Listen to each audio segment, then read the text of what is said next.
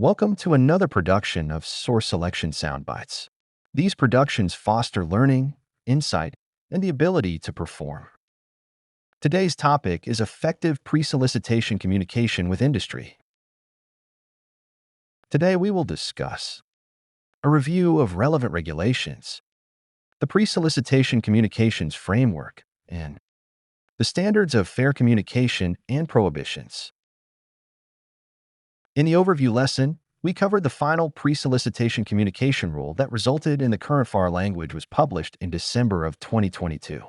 The current FAR language states, the government must not hesitate to communicate with the commercial sector as early as possible in the acquisition cycle to help the government determine the capabilities available in the commercial marketplace. It goes on to say that government acquisition personnel are permitted and encouraged to engage in constructive exchanges with industry. But here comes the all-important caveat. It says, so long as those exchanges are consistent with existing laws and regulations and do not promote an unfair competitive advantage to particular firms. That seems kind of redundant because providing an unfair competitive advantage to a firm is already against existing laws and regulations. The applicable regulations regarding communication with industry is a labyrinth of pronouncements combined with incorrect traditions. So the Federal Acquisition Regulation provided a pre-solicitation communication framework to help the COs to move along with confidence. As you can see on the screen, it covers all aspects of communications. It answers a few questions. 1. Who can the acquisition team communicate with? The answer is all interested parties, including potential offerers, end users, government acquisition and support personnel, and other stakeholders. 2. When can the acquisition team engage? The answer is, from the earliest identification of the requirement through the receipt of proposals or quotations. 3. Why does the acquisition team communicate? The answer is to improve understanding of government requirements and industry capabilities, increase efficiency, and receive fair and reasonable prices. 4. How does the acquisition team engage with industry? The answer is industry conferences, public hearings, market research, one-on-one meetings with technical and sales personnel, pre-solicitation notices, draft RFPs, and site visits. And 5. What does the acquisition team talk about when meeting? The answer is things such as contract type, terms and conditions, acquisition planning schedule, feasibility of requirements, the existing work statement, data requirements, and other industry concerns. Now we are leaving the area of the guidance that covers what the acquisition team may do and entering the areas of what they must and must not do. The standards of fair communication is the first area we will discuss. It is not about prohibitions, but affirmative actions the CO must take to ensure a fair competition. It provides guidance that instructs COs to make disseminated materials available for everyone, and when competitively useful information comes out in these meetings, that information must be made available to the public as soon as practicable, but no later than the next general release of information to avoid creating an unfair competitive advantage. Did you see that? This passage instructs the CO to ensure that no unequal access to information exists, as that would create an unfair competitive advantage. Notice what it did not say. It did not say the CO must spend the exact amount of time with each vendor in order to be fair. After all, interactions will differ, and some solutions that arise during market research are more interesting and applicable than others. Given that the standard of fair communication does not make equal time a facet of fairness, it seems reasonable to conclude that it has nothing to do with it. The standards of fair communication are focused on the equal dissemination of competitively useful information, but not time. To illustrate how the fair communication standard works, let's look at an example. In this scenario, the agency published an RFI and notional evaluation factors for fishery support.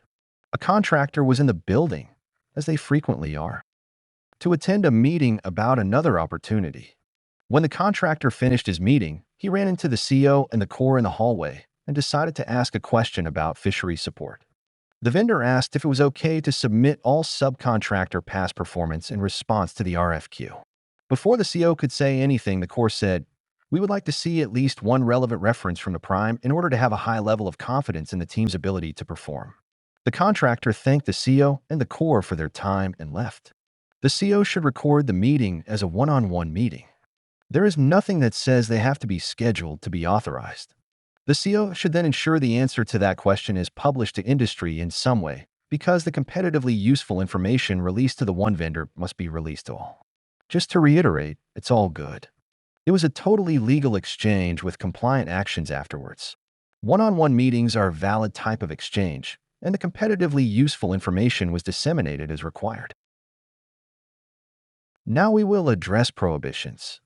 First, as government officials, the acquisition team cannot reveal a potential offeror's confidential business strategy that may have been shared with them during pre-solicitation exchanges. This seems like common sense, so let's move to the next one, which is information that violates the restriction statute. The purpose of the restriction statute is to 1. Avoid favors in exchange for bid and proposal information, including source selection information. In other words, the statute seeks to avoid collusion.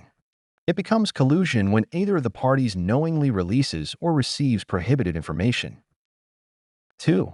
The second prong is to avoid the appearance of conflict or impropriety, including bias and preferential treatment.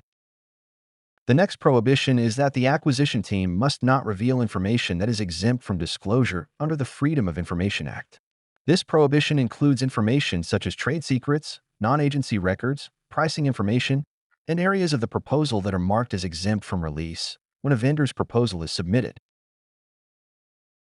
To illustrate how the prohibition works, let's look at an example. In this scenario, a vendor visited the CEO's office inquiring about work that will be up for a recompete in a few months. It was a warehouse requirement that supported 3 different locations. The vendor asked how many personnel currently supported each location and what was their average fully burdened rate.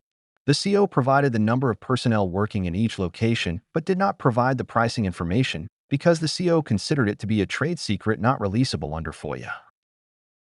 The incumbent found out about the conversation and asserted a violation of the restriction statute because the contractor considered the number of people working at each location as a trade secret. When the incumbent reached out to the CEO to complain, the CEO provided a bit of clarifying information. The CEO informed the contractor that it could not claim that its staffing was proprietary information. The CEO informed the contractor that the GAO's prior decisions did not support its position that staffing was proprietary. The CEO provided the Centera Group case as a reference. To wrap things up, let's review what we discussed. We discussed the FAR regulation implemented in December 2022. Second, we discussed the pre-solicitation framework. And third, we discussed the standards of fair communication and communication prohibitions. Thank you for watching another episode of Source Selection Soundbites. For additional information, check out some of the other videos in this series, other Productivity Partners materials, or our Source Selection Answer app that is available on the Google Play Store and Apple Store. In any event, thanks for watching, and see you next time.